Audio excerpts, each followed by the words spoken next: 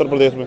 अगर वो अपने जिले में ही अच्छा काम नहीं कर पा रहे हैं तो इससे उनकी कार्यशैली पर प्रश्न है कि अगर उसको पहले संविधान के रूप में भी यहाँ यूज किया गया लंबे समय, जिसको बाबा साहब अम्बेडकर ने जलाया, संचय कर ले तो उसका धन को छीनने का अधिकार, कि कान में पिघला के शीशा गिरने का अधिकार का ये अपराध है। आपसे एक सवाल ये था कि आप 1 साल के बाद गोरखपुर आए और आने के बाद आपने गोरखपुर को देखा भी करीब से, क्या कुछ बदलाव यहाँ पे नजर आया मुख्यमंत्री के शहर में? देखिए, गोरखपुर बहुत प्यारा है। जिन लोगों के पास लंबे समय से शासन सत्ता रही है, जिनको गोरखपुर की समस्याओं के लिए लड़ना था, पिछले इलेक्शन में हमने लगातार उन मांगों को उठा के सरकार के उन लोगों को मजबूर किया कि वो उन बुनियादी समस्या को समस्या समझ के उनका निदान करें। एक जो सबसे बड़ी समस्या थी गोरखपुर की कि यहाँ पानी से लोगों को जल भराव से निजात नहीं मिलता था। मुझे कल आके जानकारी मिली कि जिन मांगों को मैंने उठाया था, मुख्यमंत्री ने उनको गंभीरता से लेकर उन पर काम करने का प्रयास किया है, लेकिन जो और यातायात की समस्या है या रोजगार की समस्या है, जो नशे की समस्या, क्राइम की समस्या, उस पर बड़ा काम नहीं हुआ है। आज भी लगातार गोरखपुर क्षेत्र में हत्याएं, नशे के कारोबार, लूटपाट ये बड़े पैमाने पे देखी जा रही हैं। तो इन पे भी सरकार के लोग गंभीरता से काम करना चाहिए। मुख्यमंत्री को तो सबसे ज़्यादा ताकत है उत्तर प्रदेश में। अगर वो अपने जिले में ही अच्छा काम नहीं कर पा रहे हैं तो इससे उनकी कार्यशैली पर प्रश्न चिन्ह लगता है। अच्छा, रामचरितमानस को लेके एक बहुत ही बड़ा घमासान मचा हुआ है कुछ छंदों के ऊपर, तो आप क्या मानते हैं? जैसे स्वामी प्रसाद मौर्य ने कहा कि इन रामचरितमानस से इन छंदों को निकाल देना चाहिए, आप मानते हैं कि वो गलत है या सही? देखिए, कई ऐसे महाकाव्य और काव्य हैं। एक काव्य ऐसा है जो कहता है कि अगर उसको पहले संविधान के रूप में भी यहाँ यूज किया गया लंबे समय, जिसको बाबा साहब अम्बेडकर ने जलाया भी, मनुस्मृति जिसको हम लोग कहते हैं, उसमें लिखा गया अगर शूद्र धन संचय कर ले तो उसका धन को छीनने का अधिकार एक वर्ग को है। अगर वो मंत्र सुन ले तो उसके कान में पिघला के शीशा गिरने का अधिकार का ये अपराध है मंत्र सुनना, तो उसके कान में पिघला के शीशा डाला जाना चाहिए। अगर वो मंत्र का उच्चारण करते उसकी जीभ काट लेनी चाहिए। मंदिर में जाने से मंदिर अपवित्र हो जाता है। इस तरह के जिस भी काव्य, महाकाव्य या जो भी धर्म ग्रंथ में इस तरह की टिप्पणियां हैं, मैं चाहता हूं उनको निकालना चाहिए। उनमें सुधार की जरूरत है।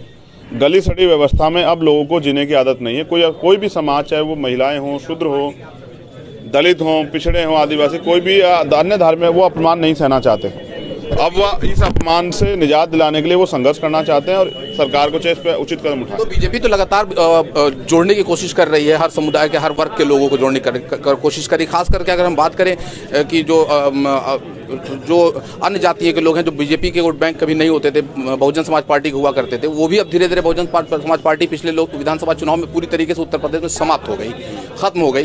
तो आपको लगता नहीं कि बीजेपी की तरफ जुड़ा हुआ है? आखिर ये वोट कहाँ से बीजेपी को इतना % बहुमत मिल रहा है? देखिए, कई चीजें हैं। जिस तरह से बीजेपी ने लोगों की जन भावनाओं के साथ खिलवाड़ की, इलेक्शन से पहले जो राशन देके लोगों की वोट को ठगने, रोजगार तो नहीं दे पाई है, लोगों के पास आवश्यकताएं हैं, आवश्यकता के नाम पर राशन और तमाम तरह की सुविधाएं देके उनको कुछ समय के लिए उनकी वोट को प्रभावित करने का काम सरकार के लोगों ने किया।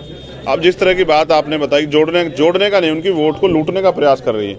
अगर वास्तविकता में जोड़ने की बात है तो मैंने उनके गंभीर इशूज 4-5 इशू उठाए हैं कि जो अति पिछड़ी जातियां हैं उनको भी मुख्य धारा में लाने के लिए 27% से अतिरिक्त, जबकि देना जिसकी इतनी संख्या भारी उसकी इतनी हिस्सेदारी, संख्या के आधार पर आरक्षण व्यवस्था देश में होनी चाहिए थी, लेकिन फिर भी 15% अतिरिक्त 27% है, क्योंकि अब कैप खत्म हो गई है। अति पिछड़ी जाति को आरक्षण देने का समय अब आ गया है। उसके साथ जो दलित समाज की अन्य जातियां हैं, क्योंकि 66 जातियों में हमने डिफाइन किया है, यहाँ उत्तर प्रदेश में 6 दिखती हैं, 60 नहीं दिखती। उनकी संख्या बहुत कम है, उन पे अभी तक पढ़ाई का अवसर भी पूर्ण रूप से नहीं मिला, उनको नौकरियों का तो बहुत दूर की बात है। उनको मुख्य धारा में लाके 5% अतिरिक्त आरक्षण उन जातियों को देना चाहिए। मेरा आखिरी सवाल आपसे यह है कि मोहन भागवत जी और आरएसएस अब दलित वोट की तरफ जो है सींग लगाने की कोशिश कर रही है। शायद 2024 लोकसभा के लिए इस रणनीति तैयार की जा रही है, तो आप किस तरीके से दलितों को वोट को सहेजेंगे अपनी तरफ? देखिए, वो तो मेरे साथी अब तक गुमराह हो रहे थे, धीरे धीरे विश्वास कर साथ आ रहे हैं। अब आप इस चीज को नोटिस कीजिए, कल जो स्टेटमेंट मोहन भागवत जी ने दिया कि जाति भगवान ने नहीं ब्राह्मणों द्वारा बनाई गई है, ऐसा स्टेटमेंट देने की नौबत क्यों आन पड़ी? ऐसा स्टेटमेंट देने की नौबत इसलिए आन पड़ी क्योंकि अब इन वर्गों के अंदर चेतना, जागरूकता उत्पन्न हो चुकी है। अब वो अपनी बात को कहने के लिए उनके पास वॉइस है, अब वो संघर्ष कर रहे हैं, वो सवाल पूछ रहे हैं। इसलिए आज से पहले अगर कभी किसी संघ के प्रमुख ने ये बयान दिया हो तो आप मेरे याद दिलाइए कि जातियां ब्राह्मणों ने बनाई।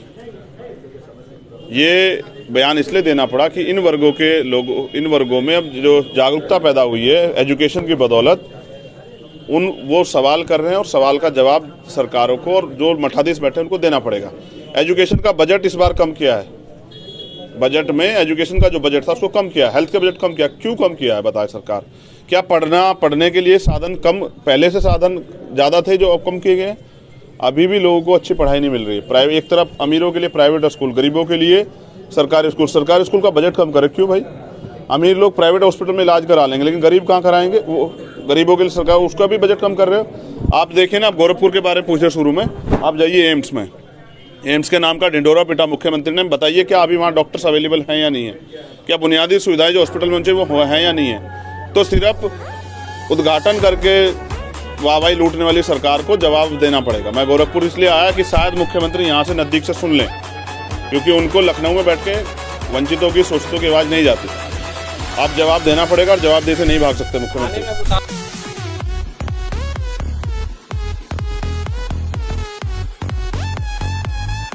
हेलो दोस्तों, क्या हाल चाल भाई? सभी भाइयों ने वीडियो देख ली तो भाई वीडियो कैसी लगी कमेंट करके ज़रूर बताना। और भाई अगर आपको वीडियो मस्त लगी हो, टॉप लगी हो, तो कमेंट में अपना प्यारा सा गांव का नाम ज़रूर लिखें कि देखो भाई हम भी देखना चाहते हैं कि हमारी वीडियो कहां तक के भाई, हमारे भाई बहन कहां तक की हमारी वीडियो जा रही है और देख पा रहे हैं। क्योंकि ऐसी समाज से रिलेटेड सारी जानकारी के लिए हमारे इस चैनल को अनिक एंड एन के सब्सक्राइब कर लीजिए, क्योंकि यहाँ पर हम जेन्युइन समाज से रिलेटेड सारी जानकारी देते हैं आप सभी भाइयों को।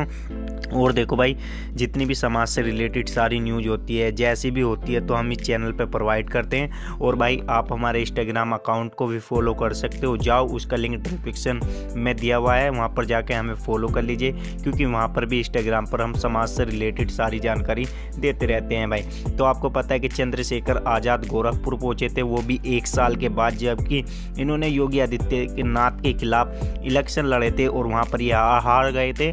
और ये फिर दोबारा वहाँ पर पहुँचे गोरखपुर में, क्योंकि वहाँ पर आपको पता है कि 12 फरवरी काफ़ी नज़दीक आ रही है, जो कि भोपाल में आंदोलन किया जाएगा आरक्षण के लिए।